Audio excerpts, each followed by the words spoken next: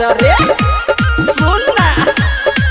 चले ले ही पीछार झार गम मौआ सेंठ मार मार दिलवा करे वार वार ई लुक बड़ा बा सख्त सख्त नेपाल के मालवा मस्त मस्त नेपाल के मालवा मस्त नेपाल के मालवा मस्त मस्त नेपाल के मालवा मस्त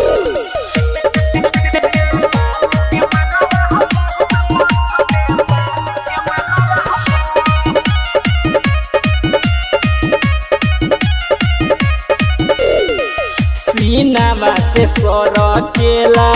गजब के ओढ़निया चले ली चाल जैसे चले मोरिनिया आए हाय सीनावा से सरकेला गजब के ओढ़निया चले ली चाल जैसे चले मोरिनिया बोले भाषा नेपाली रूप लागे दही के छाली गजबे बा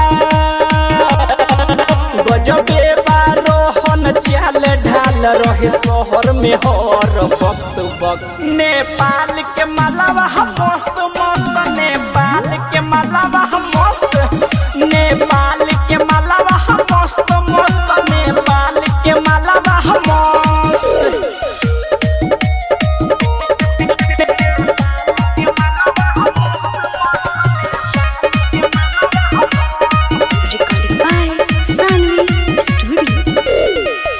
ओठावा परेड ओठा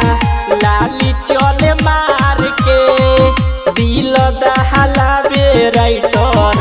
राजकुमार के सुनना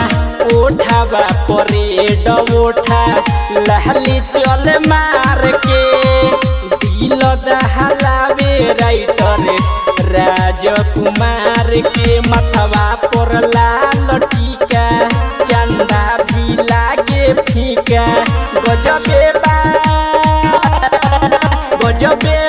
पप्पू पुजारी दिलवा में गइल बा बस्त बस्त नेपाल के मालवा मस्त मस्त नेपाल के मालवा मस्त नेपाल